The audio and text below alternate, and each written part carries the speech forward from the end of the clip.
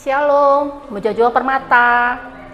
Pertama kakak mau memperkenalkan diri dulu ya. Nama kakak Ira Sari Barus. Kakak menikah dengan seorang pendeta yang bernama Pendeta Jaya Abadi Tarigan yang saat ini sedang melayani di GBKP Bandung Pusat.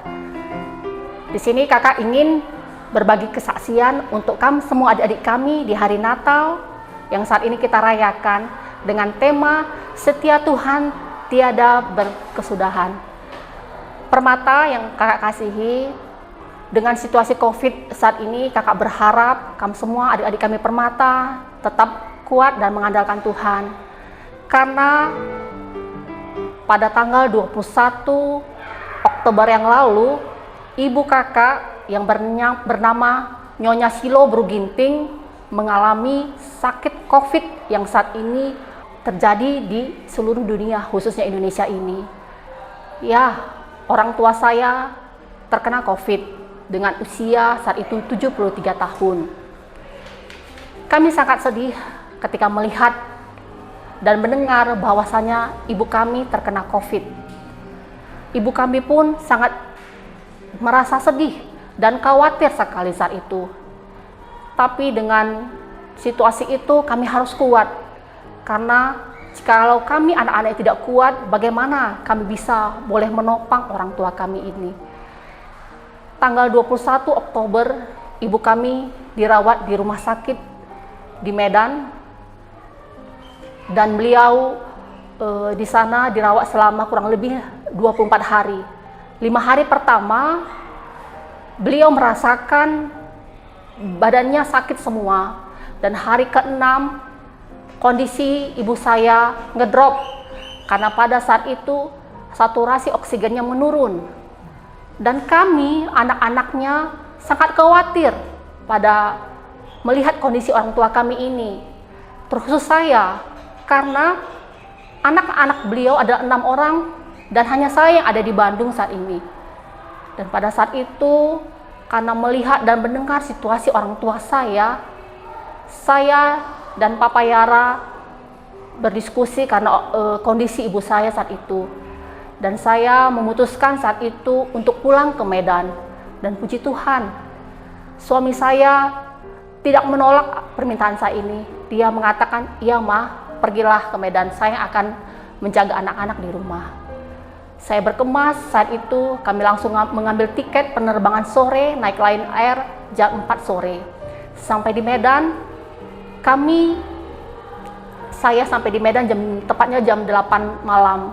Setelah membersihkan diri, makan malam, saya langsung berdiskusi dengan kakak yang saat itu telah menunggu kedatangan saya. Dan kami merasakan saat ini ibu kami perlu topangan ataupun perawatan khusus dari salah satu kami anak-anaknya.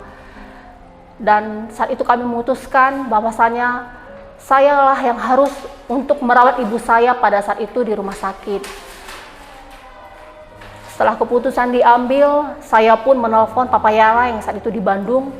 Saya mengatakan situasi saya pada saat itu, dan puji Tuhan sekali, beliau juga mendukung apa yang telah saya putuskan. Beliau mengatakan, "Tidak apa-apa Ma, kalau kami memang merasa kami yakin mau merawat mami di ruang COVID, silahkan. Karena di dalam perintah Tuhan yang kelima adalah hormatilah ayah dan ibumu supaya lanjut usiamu di negeri Tuhan yang telah Tuhan pilihkan kepadamu." Dan saya pun yakin akan keputusan saya, karena pada saat itu suami saya mendukung saya. Saya pun bergegas ke rumah sakit, ke ruangan ibu saya dengan memakai baju APD. Bahkan APD kemarin pun belum ada sebenarnya. Saya memakai jas hujan. Karena pada saat itu hanya ada jas hujan. Saya pakai jas hujan, saya pakai masker saya 3 lapis, handscoon dan facial itu semua saya pakai. Keadaan ibu saya terbaring lemas di tempat tidur dengan kondisi yang sangat mungkin saya rasa menyedihkan. Oksigen di hidung, dengan infus di tangan, layar monitor, saturasi oksigen yang saat itu menurun. Dan saya sapa orang tua saya, "Halo Iting, bagaimana kabarnya? Saya sudah sampai loh." Dan orang tua saya hanya tersenyum melihat saya. Dan saat itu saya bilang kepada orang tua saya, kamu harus kuat ya mak, karena saya sudah datang dari Bandung untuk merawat kamu. Saat itu Iting hanya tersenyum melihat saya, lalu saya mengambil balsem, saya pijat kakinya, saya pijat tangannya, saya pijat seluruh badannya, dan dia pun tertidur saat itu. Dan kami sangat bersyukur saat itu Tuhan mendengar doa kami. 1 jam saya di dalam, saturasi oksigen orang tua saya yang naik dari 87 naik ke 94. Saya bersyukur saat itu. Saya telepon semua saudara-saudara saya yang ada di Medan. Saya bilang, puji Tuhan, saturasi mama kita sudah naik ke 94. Kami bersuka cita, kami mengucap syukur sama Tuhan pada saat itu. Karena kami merasakan kuasa dan mujizat Tuhan terjadi pada orang tua kami. Tapi ternyata Permata, mujizat itu terjadi hanya 2 jam. 2 jam setelah itu, saturasi oksigen orang tua kami terus menurun. Orang tua saya gelisah. Saya pun tidak bisa tertidur pada saat itu. Saya tidak berani tidur, karena saya takut ketika saya tidur nanti orang tua saya akan pergi. Dan saya tidak pernah memejamkan mata saya pada saat itu. Itulah malam pertama yang saya lalui di ruangan itu. Keesokan harinya jam 1 siang, dokter masuk ke ruangan. Dokter melihat kondisi ibu saya, saturasi oksigennya terus turun. Dan dokter pun mengatakan kepada saya, ibu, orang tuanya harus kita pindahkan ke ICU. Sekarang keputusan di tangan ibu, ibu mau apa tidak. Saat itu saya merasa lemas, saya merasa takut. Saya nggak sanggup melihat ibu saya didorong ke kamar ICU. Pikiran saya kacau saat itu, tapi saya harus kuat untuk orang tua saya. Dan saya pun menelponi papa yang ada saat itu di Bandung. Saya menelponi abang dan kakak adik saya semua. Saya katakan kondisi orang tua saya yang harus dirawat saat itu di ICU. Dan dengan berat hati pun kami mengizinkan orang tua kami dipindahkan ke ICU. Pada saat itu, sebelum orang tua saya didorong ke ICU, kami berdoa bersama-sama kembali melalui video call. Kami berdoa, setelah berdoa, saya katakan sama orang tua saya, Mak, kalau kamu merasa ada salah kami anak-anakmu, maafkanlah kami ya Mak. Saya bilang seperti itu. Tapi saya mau kamu sembuh dari COVID dulu, karena kamu punya janji kepada saya. Kamu akan mengantar kami ketika kami pindah nanti dari Bandung ini. Itu yang saya bilang, kamu harus kuat, kamu harus janji, saya bilang. Dan ibu saya bilang saat itu, iya anakku, saya kuat katanya. Setelah itu, para perawat mendorong ibu saya ke ruangan ICU. Saya disuruh menunggu di luar, saya menangis, Tuhan tolong ibuku, Tuhan tolong ibuku. Kakak, abang, dan adik semua menangis mendengarkan berita orang tua saya masuk ke ICU. Ya, setelah ibu saya dibenahi di ICU, saya masuk ke dalam, saya bilang, Mama, dulu 8 tahun yang lalu saya juga pernah kritis di sini, Mak. Waktu Eloya saya lahirkan, saya juga ditolong di rumah sakit ini, Mama. 10% lagi harapan saya hidup. Tapi Tuhan menolong saya. Kamu pun harus kuat. Dan kamu harus yakin kalau kamu nanti sembuh. Iya anakku, kata Mama. Ya Mak, kita berdoa. Kami berdoa. Lalu saya tinggalkan kamar ICU. Saya pulang ke kosan saya. Karena kalau sudah di ICU, saya tidak bisa lagi menemani orang tua saya seperti kemarin di lantai 6.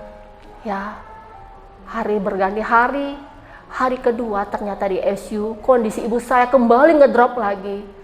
Dia merasa tidak berdaya, dia mengangkat tangannya pun tidak bisa. Dia bilang kepada saya, Nakku, telepon Bapak Yara. Katakan sama Pak Yara, aku sudah siap dipanggil Tuhan. Aku sudah siap.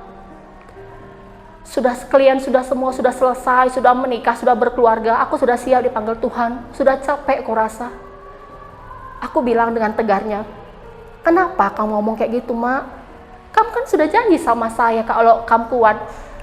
Kalau kamu akan mengantar kami nanti ke Bandung, pindah dari Bandung, saya bilang. Dan mama saya malah marah kepada saya. Sudahlah, nggak terpikiran aku lagi itu. Aku sudah capek, dia bilang. Saya hanya tersenyum dan saya belai kepalanya. Ya mak, sabar ya. Nanti saya akan telepon Kelandu, saya akan bilang apa yang kami inginkan. Saya telepon Papa Yara, saya ceritakan apa yang dikatakan orang tua saya tadi. Saya bilang, mama sekarang sudah putus harapan. Rasanya mama itu sudah kepingin Tuhan panggil saja.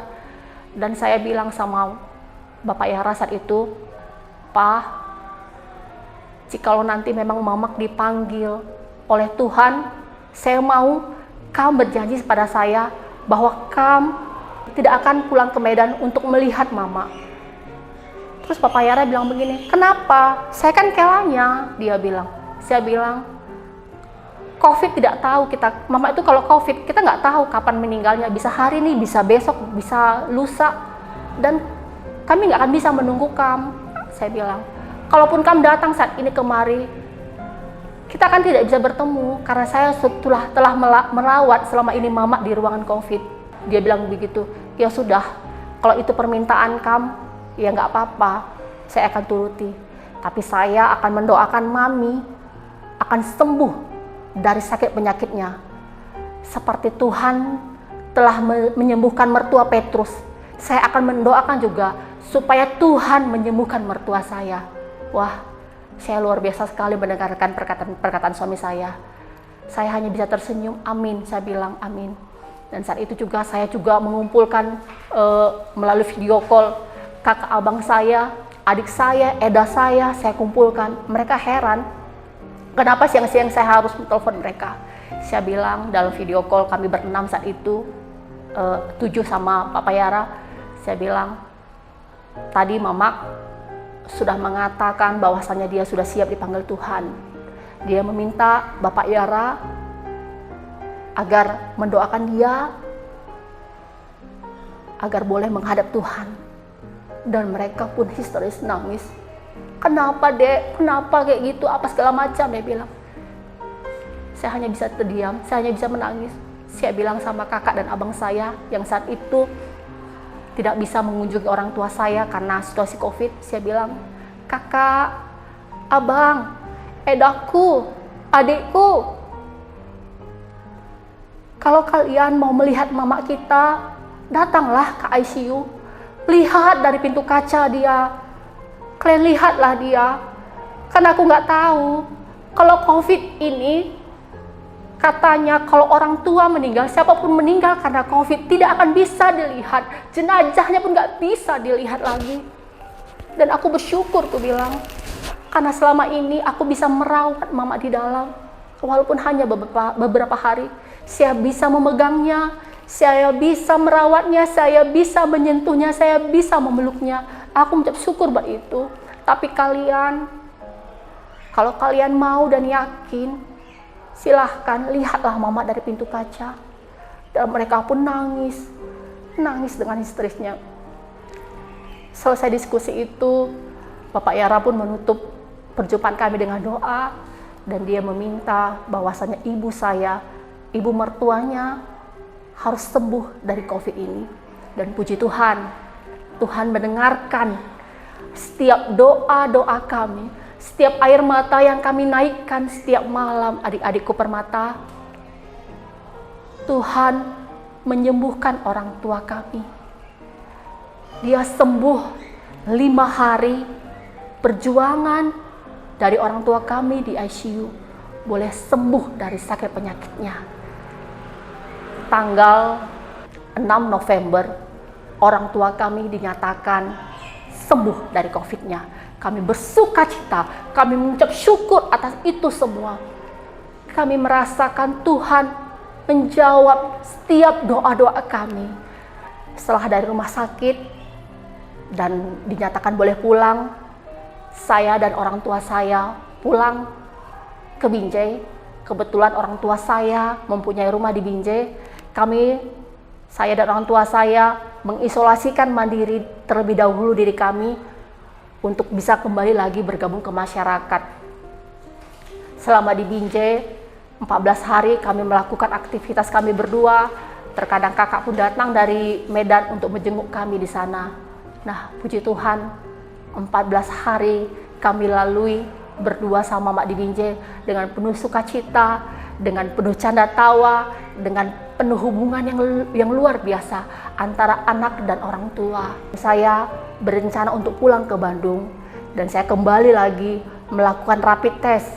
Hasil dari rapid test itu saya non reaktif.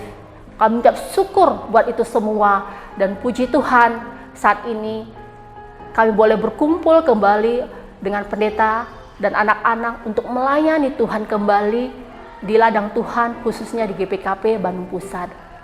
Jadi buat kamu adik-adik kami Permata, di momen Natal ini marilah jangan alaskan COVID untuk tidak bersekutu sama Tuhan.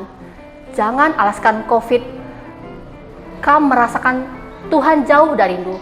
Jangan alaskan COVID kamu menunda skripsi Indu. Jangan alasan COVID kamu tidak mencari pekerjaan Indu.